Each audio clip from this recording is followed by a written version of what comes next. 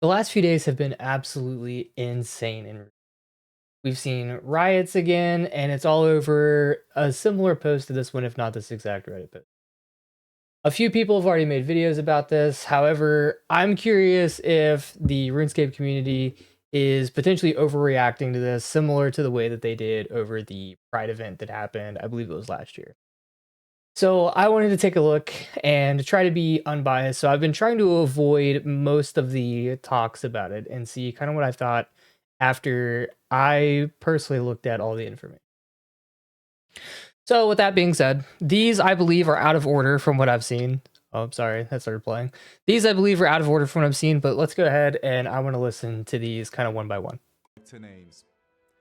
This gives you the ability to protect the transfer of character names between accounts and remove the possibility of names. I love that it's frozen. For example, you could choose a name you want to transfer, select the character you want to transfer it to, and have the guarantee of the name going to the character you want it to.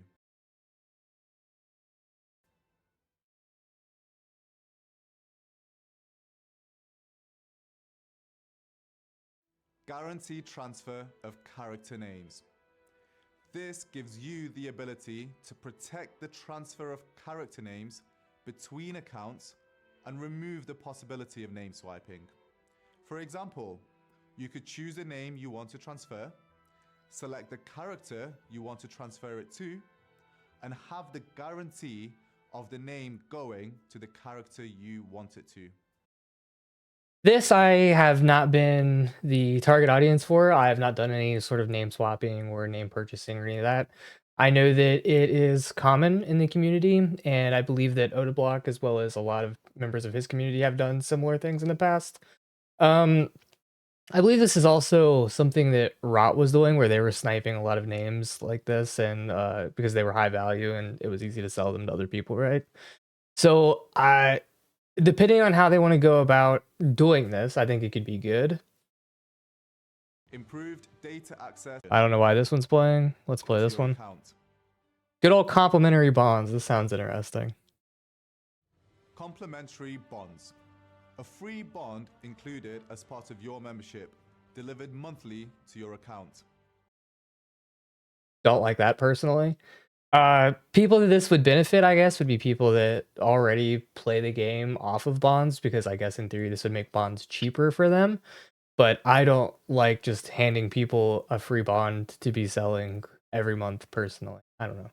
Maybe other people feel differently, but I don't personally like it. And solutions. Put a hold or delay, improved data access and solutions. Access an API for improved data availability and tools. For example, pull your friend's data for customized high scores, track all your achievements and progresses in one place over time, or use custom trackers developed by other players. Improved. This we already have, right? I mean, isn't this just like Crystal Math Labs, Simple OSRS, and then RuneLite plugins? Like, I don't really understand what they're talking about here.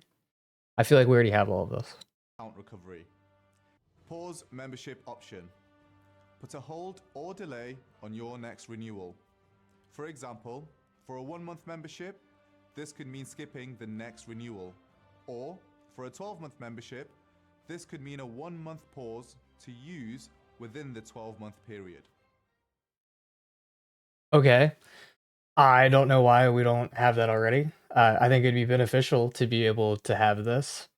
I would also like if, like, every Jagex account that you have, like if you have 2 memberships, that any 2 of your accounts that you have that are in your Jagex account could be logged in to a member's world at the same time, and it's not necessarily tied to the accounts themselves. But I don't see why we can't pause already, personally. Secure. Guarantee the recovery. Pre-verified account recovery. Guarantee the recovery of your Jagex account if it is ever compromised. For example, this could mean a system using your real-world ID so that we can verify it as you and ensure we get the account back to the right person. Yeah, I don't know about using my ID and sending it to Jagex. I think the only thing that would be worse for the community than what we have currently is if someone ends up getting fished or whatever and they end up giving out their ID to someone, because now the person that is phishing or scamming or whatever you want to say already has so much info about you, and now they have your exact license, your name, your middle initial, like they have way more information about you. And even if it's like you won't, I mean, I guess you would have to be able to show it to them, right? So it's possible to get fished. But even outside of that, like just trusting Jagex with like your actual ID information seems like it's probably not a good thing. I don't know. I trusting another company with everything on your ID just seems sus. Like it's already bad when people manage to get your address. Like getting your full like driver's license number and all that just seems like it's going to be personally. I don't as someone that works in the security field, I feel like this is just kind of scary to me. All right, additional account security features. Let's see. Additional account security features. Additional security features to increase protection of your account. For example, this could include passkeys, time-based one-time passwords for when you log in, or the option for recovery via character cloning. Okay. So I think we should have more security. I'm not sure if it was fixed with the Jagex accounts or not, but I know that for a long time, our accounts didn't even have case-sensitive passwords, which is just terrible. I haven't tried recently, but I know that you used to be able to sign in any combination of upper or lowercase letters. It literally didn't matter. Uh, I don't know. I hope that they do more about this. I just don't want them to be trying to sell it to us. I know that I saw a couple posts where that was mentioned, where it seems like they're trying to sell us additional account security, which is not good. I can kind of understand what's probably happening here, though, coming from a corporate environment, right? They're probably asking for more budget to be able to implement more of these things, and they're being told no. So what they're probably getting from the private equity firm that owns them is, well, why do you need more budget? Everything is running fine right now. And then they're saying, well, we need additional account security. Like, but why? Like how big of a problem is this really? Like how much money is it costing us to not have it when something happens versus how much money will it cost us to add these additional features? And from them, it's probably just like a cost benefit analysis, right? Where they're like, yeah, it's just we're gonna make the decision to just not do this. Which sucks because we need these features. Uh, but yeah, I do know a bit about that. Enhanced player support. Enhanced player support would offer additional benefits beyond improvements we're making to our player support system. This could include tailored features such as expanded language and time zone availability, personalized support updates, and other elevated services to enhance your experience. I love that you could almost like feel the pain in his eyes of having to be the one that like is pitching this to us. Especially knowing all the fallout that's happened and seeing the riots and stuff in Falador. So again, better player support we need. It's just there's basically none currently, and the only way to get any support is hope that someone sees it on either Twitter, Reddit, or that you have a friend that's a streamer that's big enough to have a direct contact. But even then, in the case of Odablock, he has direct contacts, and people were uh, using cheats. I'll say like a bug in the game to be able to kill him on his hardcore, and he was telling them for days, and they didn't do anything until after he died. And then as soon as he died, it was hot fixed. So not even that is always a guarantee. The ability to customize your reserve a character name on your Jagex account so it can never be transferred outside of the account, even if your account gets compromised. You would keep the option to transfer that name within characters in your account, or even keep it in reserve for any. I like this. I guess like if someone hacked me, they couldn't get adaptations. But like, what if one day I decided that I wanted to go by a different username and I wanted to sell that? Like, how would I get it out? And then if there's a way for me to get it out, it means that if my account's compromised, there's probably a way for somebody else to get it out and also do the same thing. Which for me is probably not the big deal because like Adaptations is a cool name. I get compliments on it occasionally, but it's definitely not the same as having a name, where it's just like two letters or whatever it may be, or like the guy that has the name like Construction. right? Probably a much bigger deal for them. Your enhanced display name features. The ability to customize your in-game display name. For example, with different colors, custom symbols such as an infernal cape for those that have defeated Zook, bolder names, or even possibly setting your total level as the default level shown instead of your combat level for those focused on. I think it's kind of lame, but it doesn't really affect me. I don't really care whether this happens or not, to be honest. I'm perfectly fine. So, for example, if your membership includes one member character, then you would receive a discount on any additional member characters you create, such as your second, third, fourth characters, and so on. Yeah, absolutely. I currently pay for 2 memberships. I have my alt and I have my main account. I have an iron that I don't really play. But if I was getting a discount on all of them, I'd probably be more likely to spend more money to have like additional alts that are feeding money into my main, etc. For people that play on a lot of accounts, like I remember that there was a guy that played on like 10 Rune Dragon accounts at the same time or something like that. People like that, that's just gonna highly benefit, right? Like they get to play on more accounts cheaper. So I think it makes sense. Especially this might incentivize more people to either make an alt and start like dual logging for people that couldn't afford 2 memberships and didn't want to keep up with the bond because that cuts into a lot of your money. So a lot of your time is just going to keeping up with the bond. But also people that just want to try irons, right? Like if you just wanted to try an Ironman and you've never done an Ironman before, this could potentially be just really good for you. Like you could get that additional account at a cheaper price, and I think that makes sense. Multi-character memberships. This feature allows you to have multiple member characters within a single subscription.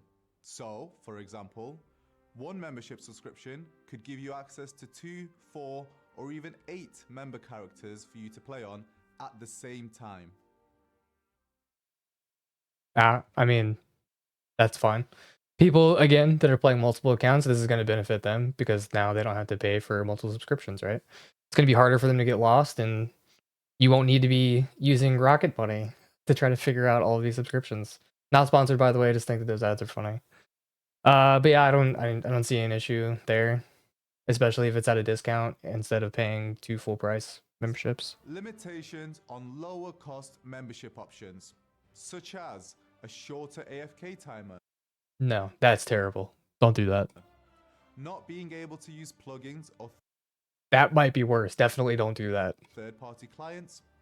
Access to only the mobile version of the game. I think I'm okay with this. If you're paying a steep discount to only be able to play mobile, people that don't have a computer and are only playing mobile are going to benefit. And I think this could bring more people in because some people are just going to look at this as like a mobile game to kill time when their kid like is napping or whatever it may be. They don't have a ton of time to be playing anyway. They're not going to go invest in a computer to be able to play RuneScape for 30 minutes a day or an hour a week or whatever it may be. So I think that a really steep discounted membership for mobile only would potentially be okay with me, depending on how they did it. Or ads included in a non-gameplay intrusive manner. This is going to be controversial. I am okay with this for free to play. And I know that some people are going to hate that, but even I remember back in like RuneScape 2, we had ads on free to play and we were okay with it. And there's not many games today that you can play that are free that don't either have MTX in-game or ads to help support it. So I'm okay with Jagex getting a little bit of additional money from people that are free to play currently. Totally fine with me. If you're a paying member though, I don't want to see ads. And I don't want to go down the path of like, well, you can pay less money for your membership plus get ads like what I believe Netflix has done recently. I don't like that. Our recent announcements on Project Xanaris. Well, this feature would give you access to the community worlds as part of your subscription to play on all the wonderful creations. I'm not a huge fan of Project Xanaris. If they are going to bring it out, I am perfectly fine with them charging a additional fee to access these because it's probably going to be taking more staff to be managing these and making sure that like the game standards are being followed. Because I imagine they're not just going to be like letting you bot or, you know, breaking game rules on any of these either, since they're Jagex like sanctioned, right? It's basically Jagex sanctioned private servers. So I'm okay with people having to pay an additional couple dollars a month or whatever it may be to access these. Uh, I I'm nervous about how they would go about it, but I guess we'll find out in a minute. New and exclusive worlds. For example, play with players who have no ban history, or new local servers that we don't currently serve, or worlds with a different player cap to the standard 2. Don't like this. So the total level worlds are mostly laggy and don't really serve a purpose. Most people that can access them don't even want to be totally honest. I don't like the, you know, you be able to play with players that have no bans, because what's going to happen is people are going to just put their bots on these worlds, and like when they get banned, they're gone forever. But until then, they're just going to have additional worlds for resources, and they're just, you know, basically paying an additional premium or whatever it may be just to get into these worlds. And some of it also kind of feels like it's pay to win, right? Like, well, I can afford to pay more money to get into special worlds that you can't get into. Therefore, I'm going to have an easier time finding a world at Bandos or whatever it may be. Act as the baseline for what we... Senior Strategy Manager at Jagex. Thank you for taking the time to share your feedback with us. At Jagex, we highly value your input and are committed to making sure your voice... I guess this was supposed to be the first video. As you may have seen in our recent blog post, we're increasing our communication efforts to better understand and meet your needs. We're constantly striving to improve the value we offer our players. Based on feedback we received, there are various features and perks you'd like to see in your subscription. This survey is designed to help us understand. As part of that, we have a few guidelines we do today. Your current membership will act, development, and ongoing, exploring opportunities. All right. That's probably not as important for the rest of this. So then you get into all these tiers, and I'm sure you guys have seen a lot of screenshots of these. Some of these I don't mind. Instead of going through all of them, because there's a bunch, I'll just go through the things that like I would probably be okay with and things that I wouldn't be. So like getting access to either or, I'm honestly fine with. Everyone that I talk to looks at these as kind of two separate games anyway.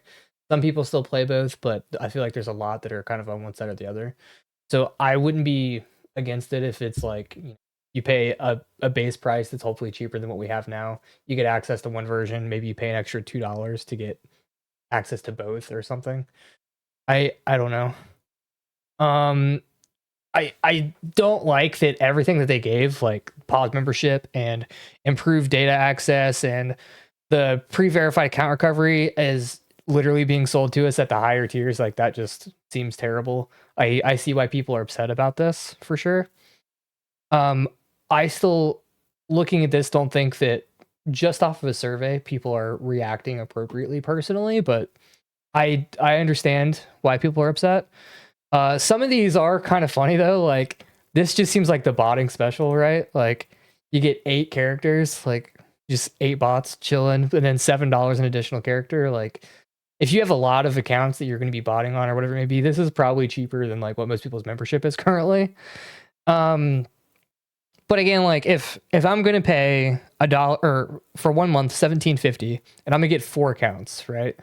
I have my main, an alt, and then a hardcore iron.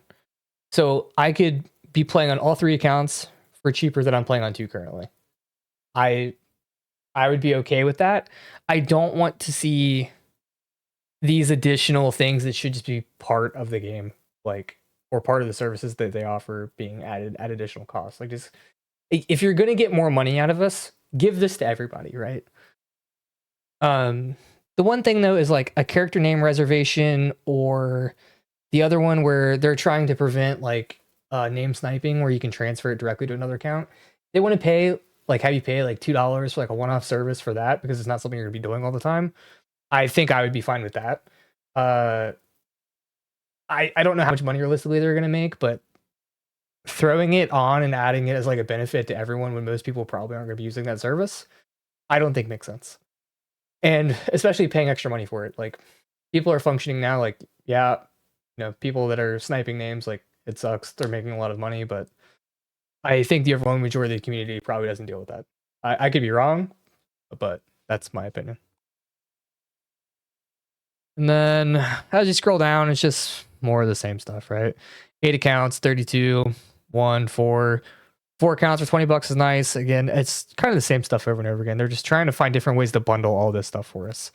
And I just don't like that, again, they're selling this to us in these different tiers. Like, make the extra money if you need to, and try to incentivize people to make extra accounts, I think is good, and have them, like, if you can incentivize someone to spend an extra $6 a month and have an additional account instead of just straight up charging everyone $6 a month extra, I think that would be beneficial.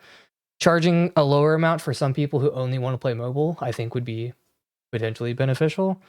But a lot of this is crap. Like, but again, none of this is being implemented yet. So I don't think we should be freaking out yet, right?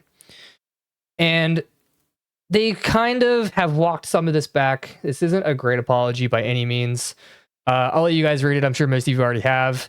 But I think the important thing here is that they want to consult us, it says, and it's been a challenging few days for everyone. The process has achieved its core purpose to gather honest, unfiltered feedback. They have definitely gotten that. Kind of transparency and collaboration is at the heart of what makes our game so special. This game is shaped by the community, you know, blah, blah, blah. Like, that's great. It is. It's cool. I know that some people like No Monkey aren't very happy with this. I don't think that from the clips I've seen, what he wants is going to be possible, where people are like, the company's not going to come out and be like, yeah, we're fucking greedy. Like, of course we're greedy. Like, we're a huge corporation. We wanted more of your money. And I'm not even necessarily certain that this is Jagex that is really pushing this. I would say that this is probably coming from the parent company, the private equity firm.